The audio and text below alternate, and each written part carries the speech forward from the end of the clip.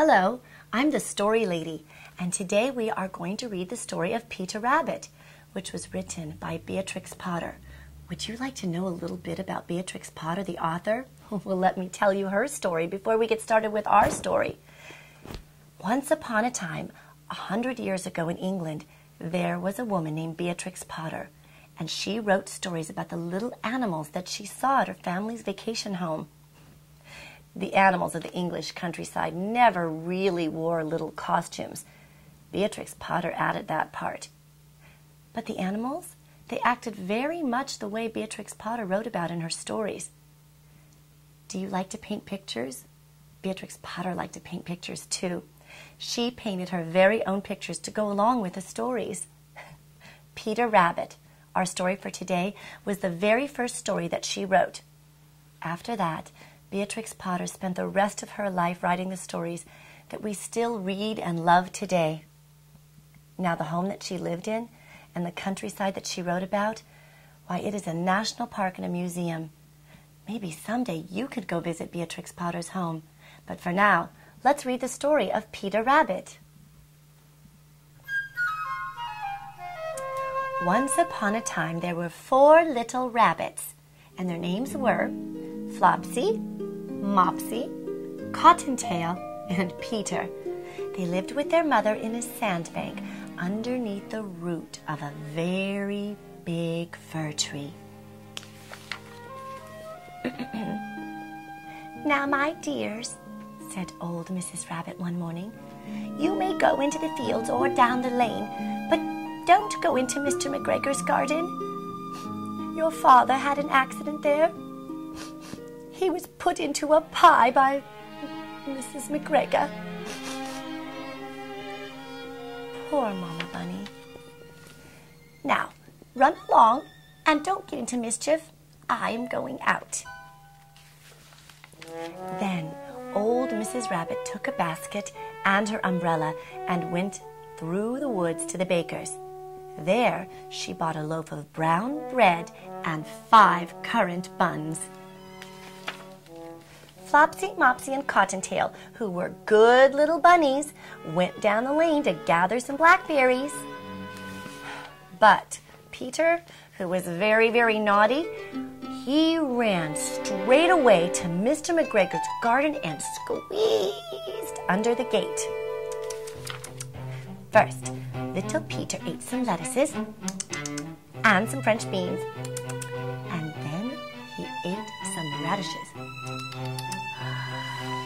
And then, feeling rather sick, Peter went to look for some parsley. But round the end of the cucumber frame, whom should he meet but Mr. McGregor?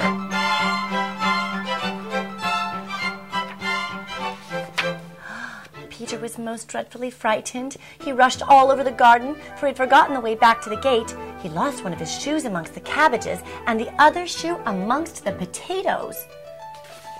After losing them, he ran on 4 legs and went faster and faster, so that I think he might have gotten away altogether if he had not unfortunately run into a gooseberry net and got caught by the large buttons on his jacket. It was a blue jacket with brass buttons, quite new. Peter gave himself up for lost, and he shed some big bunny tears, but his sobs were overheard by some friendly little sparrows who flew to him in great excitement and implored him to exert himself. Mr. McGregor came up with a sieve, which he intended to pop right on top of Peter, but Peter, he wiggled out just in time, leaving his jacket behind him.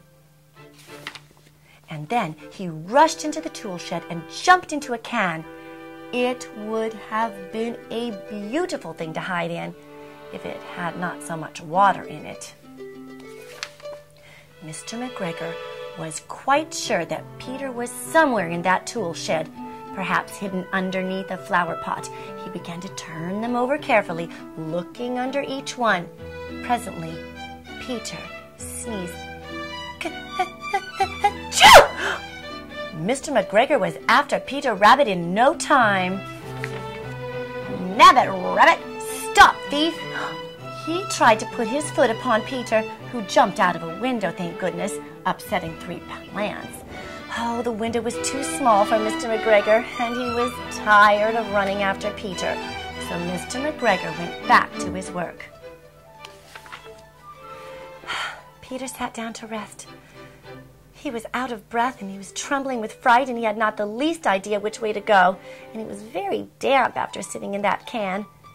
After a time, he began to wander around, going lippity-lippity, not very fast, looking all around. He found a door in a wall, but it was locked, and there was no room for a fat little rabbit to squeeze underneath. An old mouse was running in and out, and over the stone doorstep, she was carrying peas and beans to her family in the wood. Peter asked her the way to the gate, but she had such a big Peter mouth, why, she couldn't even answer. She only shook her head at him. Peter began to cry.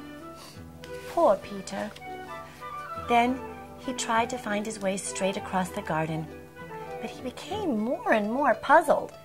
Presently, he came to a pond where Mr. McGregor filled his watering can.